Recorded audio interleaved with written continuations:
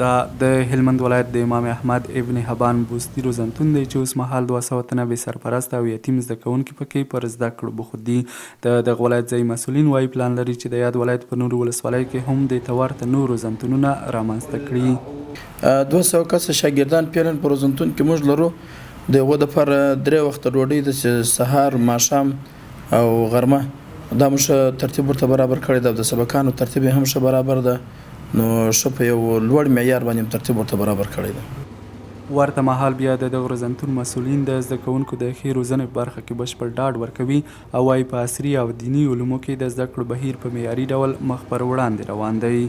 تعلیم دپاره ډیره ښه طریقه برابره کړې چې دلته دیني علوم، عصري علوم د ښو استادانو او د تکړه استادانو لخوا دوی ته درس ورکول کیږي او دغسې مې د خوراکي دپاره دلته ډېر ښه انتظام امارت اسلامي برابر کړی دی. همداراز د یاد روزنتون زده کوونکي خوښ دي چې دوی ته تر 4م ټولګي پورې د زده کړو زمینه برابره شوې، خو له اسلامي امارت څخه د لوړو درسي صنفونو د رامنځته کولو غوښتنه کوي.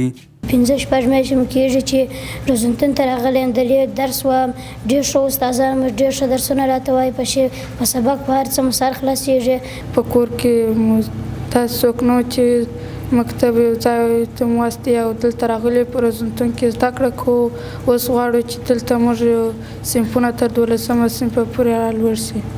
دلته موږ ته دیني علوم، عصري علوم هر څه راته وایي کېږي او موږ په دې روزنتون کې 15 استادان لرو، موږ ته هر څه وایي. پاتې دې نه وي چې د افغانستان د اسلامي امارت په بیا ځلې واکمنېدو سره د یتیمو او بې سرپرسته ماشومانو د روزنې لپاره د پام وړ هڅې ترسره شوي دي.